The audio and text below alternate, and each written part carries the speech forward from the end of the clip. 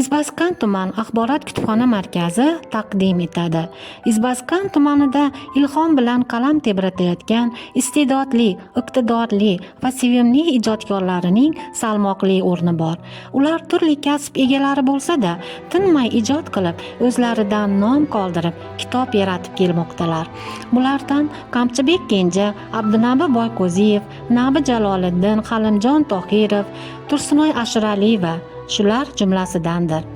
Tumanimizning yana bir ijodkorlaridan Gurkurov qishlog'ida yashab, ijod qilib kelayotgan Ergashxon Hojaya Hamidovadir. Ergashxon Hamidova 1947-yilda Andijon viloyati Kulganyor shaharchasida ishchilar oilasida tug'ilgan.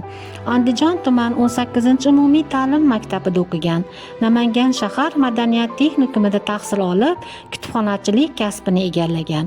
Izbaskan tumanidagi 27-o'rta maktabda bir necha yillar kutubxona mudiri bo'lib faoliyat yuritgan. Hozirda nafaqada. Ergashxon Hamidovaning 2022-yilda Umrboqiy Shajara nomli yodnoma va kundaliklari, 2023-yilda Savdogarlik qismati nomli 2-kitobi, 2023-yilda 3 avlod tarixi haqida hikoya va ajdodlar haqida hikoyalar nomli 4-kitoblari nashr etilgan.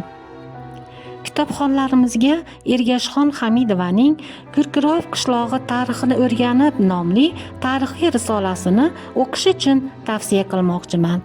Risola 2025-yilda Namangan shahar Nuroniy nashriyotida chop etilgan. Muallif risolasini shunday so'zlar bilan boshlaydi. Ancha yillar ilgari Gurkurov tarixini o'rganishni niyat qilib qo'ygan edim. Shu Gurkurov tarixini o'rganib, hikoyam o'qigan kitobxonga ma'qul bo'lar degan umiddaman. Ergashxon Hamidovaning mazkur risolasi hozirda o'zi yashab kelayotgan Gurkurov qishlog'ining kelib chiqish tarixi, unda yashab o'tgan va yashab kelayotgan insonlar haqidadir. Muallif risolani yozishda qadimdan ajdoddan avlodlar xotirasida saqlanayotgan ulug' yoshdagi onaxonlar hikoyasidan, maqolalardan, turli tarixiy adabiyotlardan foydalangan. Qadimda Arslonbob tog'laridan qishin-yozin muntazam oqib keluvchi Qoradaryo hamda Toshpichan daryo o'rtasida joylashgan Gurkurov qishlog'i tarixi haqidagi ushbu tarixiy risola ming yillar davomida o'zbek elining o'z erkinligi, ozodligi, mustaqilligi uchun kurashib kelgan mehnatkash xalqining hayoti, ajdodlarimizning kelib chiqish tarixi, tumanimizdagi Gurkurov qishlog'ining qanday barpo bo'lganligi haqidadir. Zero ajdodlar hayotini, o'z shajarasini bilish, bobolar va mobolar merosini o'rganish bugungi avlodlarning farzandlik burchidir.